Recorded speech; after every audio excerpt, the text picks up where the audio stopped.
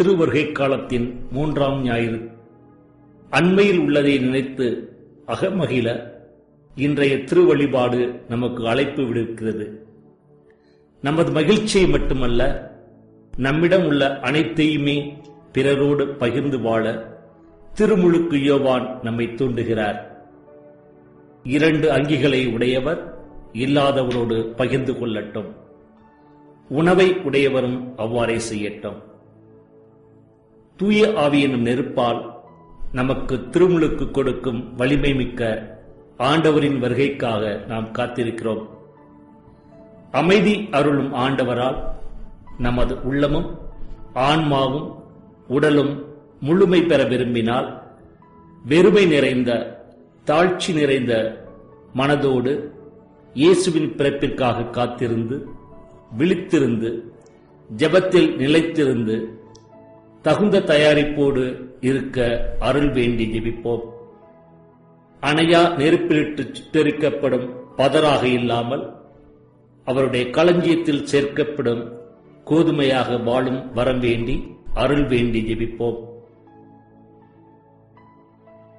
முதல் வாசகம். இறைவாக்கினர் செப்பனியா நூலிலிருந்த வாசகம். அதிகாரம் 3, இறைவசனங்கள் 14 முதல் 17 வரை. மகளே சியோன், மகிழ்ச்சியால் ஆர்ப்பரி. இஸ்ராயேலே, ஆரவாரம் செய். மகளே எருசலேம், உன் முழு உள்ளத்தோடு அகமகிழ்ந்து அக்கதி. ஆண்டவர் உன் தண்டனை தீர்ப்பை தள்ளிவிட்டார். உன் பகைவர்களை அப்புறப்படுத்தினார். இஸ்ராயேலின் அரசராகிய ஆண்டவர் உன் நடுவில் இருக்கிறார். நீ இனி எந்த தீங்கிற்கும் அஞ்ச மாட்டாய். அந்நாளில் எருசலேமை நோக்கி இவ்வாறு கூறப்படும்: சீயோனே, அஞ்ச வேண்டாம், உன் கைகள் சோர்வடைய வேண்டாம். உன் கடவுளாகிய ஆண்டவர் உன் நடுவில் இருக்கிறார். அவர் மாவீரர், மீட்பு அளிப்பவர். உன் பொருட்டு அவர் மகிழ்ந்து களி கூறுவார். தம் அன்பினால் உனக்கு புத்துயிர் அளிப்பார். உன்னை குறித்து மகிழ்ந்து அடிபடுவார். ஆண்டவர் வழங்கும் அருள்வாக்கு. இறைவா, உமக்கு நன்றி. ஆர்ப்பரித்து அக்களியுங்கள், ஆண்டவர் சீரந்து விளங்குகின்றார். ஆர்ப்பரித்து அக்களியுங்கள், ஆண்டவர் சீரந்து விளங்குகின்றார். இறைவன் என் மீட்பர், அவர் மேல் நம்பிக்கை வைக்கிறேன், நான் அஞ்ச மாட்டேன். ஆண்டவரே என் ஆற்றல், அவரையே பாடுவேன், என் மீட்பும் அவரே. மீட்பருளும் ஊற்றுகளில் இருந்து நீங்கள் அகமகிழ்வோடு தண்ணீர் முகந்து கொள்வீர்கள். ஆர்ப்பரித்து அக்களியுங்கள், ஆண்டவர் சீரந்து விளங்குகின்றார். ஆண்டவருக்கு நன்றி செலுத்துங்கள், அவர் திருப்பெயரை போற்றுங்கள். மக்களினங்களிடையே அவர் செயல்களை அறிவியுங்கள். அவர் திருப்பெயர் உயர்க்க என பறைசாற்றுங்கள். ஆர்ப்பரித்து அக்களியுங்கள், ஆண்டவர் சீரந்து விளங்குகின்றார். ஆண்டவருக்கு புகழ் பாமைத்து பாடுங்கள், ஏனெனில் அவர் மாட்சியும் செயல்களை புரிந்துள்ளார். அனைத்துலகும் இதை அறிந்து கொள்வதாக. சீயோனில் குடியிருப்போரே, ஆர்ப்பரித்து அக்களியுங்கள். இஸ்ரேலின் தூயவர் உங்களிடையே சிறந்து விளங்குகின்றார். ஆர்ப்பரித்து அக்களியுங்கள், ஆண்டவர் ஆண்டவர் சிறந்து விளங்குகின்றார்.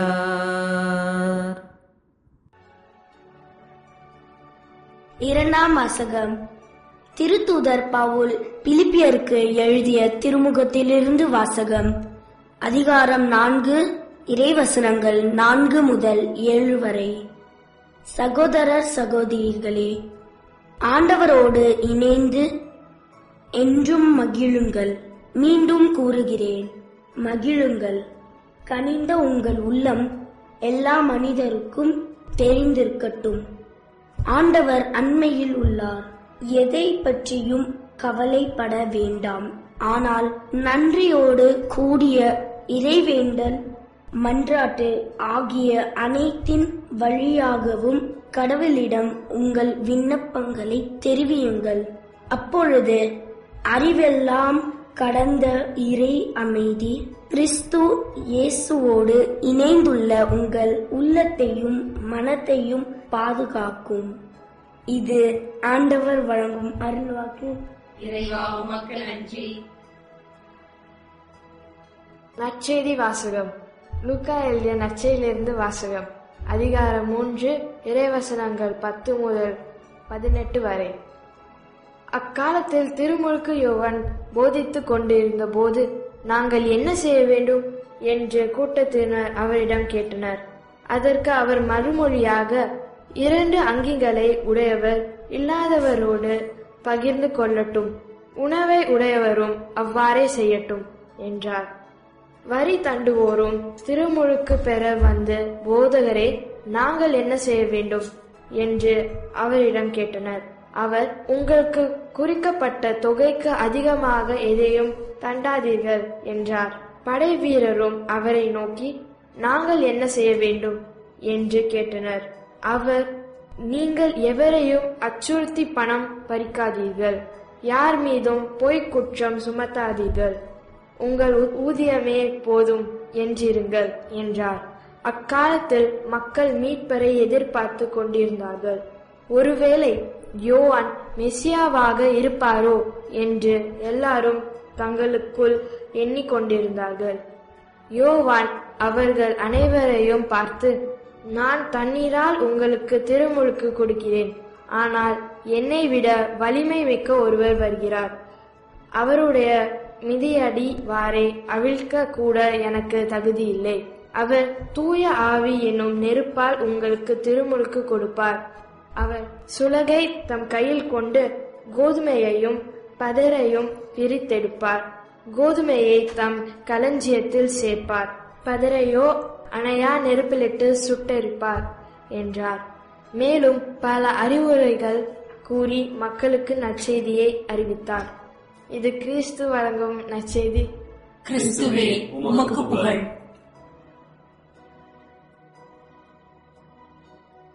சிந்திப்போம். அப்போது நாங்கள் என்ன செய்ய வேண்டும் என்று கூட்டத்தினர் திருமுழுக்கு யோவானிடம் கேட்டனர். அதற்கு அவர் மறுமொழியாக, 2 அங்கிகளை உடையவர் இல்லாதவரோடு பகிர்ந்து கொள்ளட்டும், உணவை உடையவரும் அவ்வாறே செய்யட்டும் என்றார். மக்கள் மனமாற வேண்டும் என்றும் திருமுழுக்கு பெற வேண்டும் என்றும் போதித்தார் திருமுழுக்கு யோவான். அப்போதனையை கேட்ட மக்களில் சிலர் தங்கள் பழைய வாழ்க்கை முறையை மாற்றிட முன்வந்தார்கள். அவர்கள் கேட்ட கேள்வி இன்று நமது கேள்வியாக மாற வேண்டும். நாங்கள் என்ன செய்ய வேண்டும்? கடவுளின் அருள் நம் உள்ளத்தை தொடும்போது அதற்கு நாம் பதில் மொழி வழங்குவது தேவை. அப்பதில் மொழித்தான் ஒரு கேள்வியாக உருவெடுக்கிறது. நாங்கள் என்ன செய்ய வேண்டும்? இக்கேள்விக்கு யோவான் அளித்த பதில் 3 அம்சங்களை உள்ளடக்கியது. முதலில் நாம் பகிர்வு மனப்பான்மை கொண்டவர்களாக மாற வேண்டும். 2வது, பேராசைக்கு நாம் இடம் கொடுத்தலாகாது. 3வது, நம் அதிகாரத்தை தவறாக பயன்படுத்தலாகாது. யோவான் அறிவித்த புதிய வாழ்க்கை முறையை சுருக்கமாக குறிப்பிடுவதாக இருந்தால் அது பிறர் நலனில் அக்கறை கொண்டு வாழ்தலில் அடங்கும் எனலாம். நம்மை அடுத்திருப்போருக்கு நாம் அன்பு காட்டும் போது உண்மையிலேயே நம்மில் மனமாற்றம் நிகழ்ந்துவிட்டது எனலாம். மனமாற்றம் என்பது நம் உள்ளத்தில் நிகழ்கின்ற மாற்றம். பழைய சிந்தனை பாணிகளை கைவிட்டுவிட்டு நலமான புதிய சிந்தனை முறைகளை நாம் உள்ளத்தில் உருவாக்க வேண்டும். ஆனால் அத்தகைய மாற்றம் உள்ளத்தோடு மட்டுமே நின்றுவிடாது. மாறாக நம் வாழ்வில் செயல்முறையில் வெளிப்படும். எனவேதான் திருமுழுக்கு யோவான் மனம் மாறியவர்கள் என்பதை அதற்கேற்ற செயல்களால் காட்டுங்கள் என்றார். 2 அங்கிகளை உடையவர் இல்லாதவரோடு பகிர்ந்து கொள்ளட்டும், உணவை உடையவரும் அவ்வாறே செய்யட்டும் என்று திருமுழுக்கு யோவான் மக்களுக்கு அறிவுறுத்தினார். அந்த அறிவுரை நமக்கும் பொருந்தும். 2ஆம் வத்திக்கான் சங்கம் இதை வலியுறுத்துகிறது. மண்ணுலகின் நலன்கள் அனைத்தும் மனிதருக்கும் பொதுவானவை என்பதை எல்லோரும் கருத்தில் கொள்ள வேண்டும்.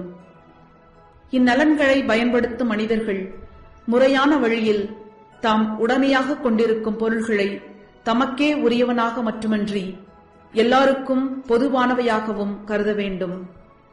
அதாவது தமது உடைமைகள் தமக்கு மட்டுமின்றி பிறருக்கும் பயன்படுவதற்காகவே உள்ளன என கொள்ள வேண்டும். மன்றாடுவோம். இறைவா, நாங்கள் பகிர்வு மனப்பான்மை கொண்டு வாழ்ந்திட அருள் தாரும். ஆமென்.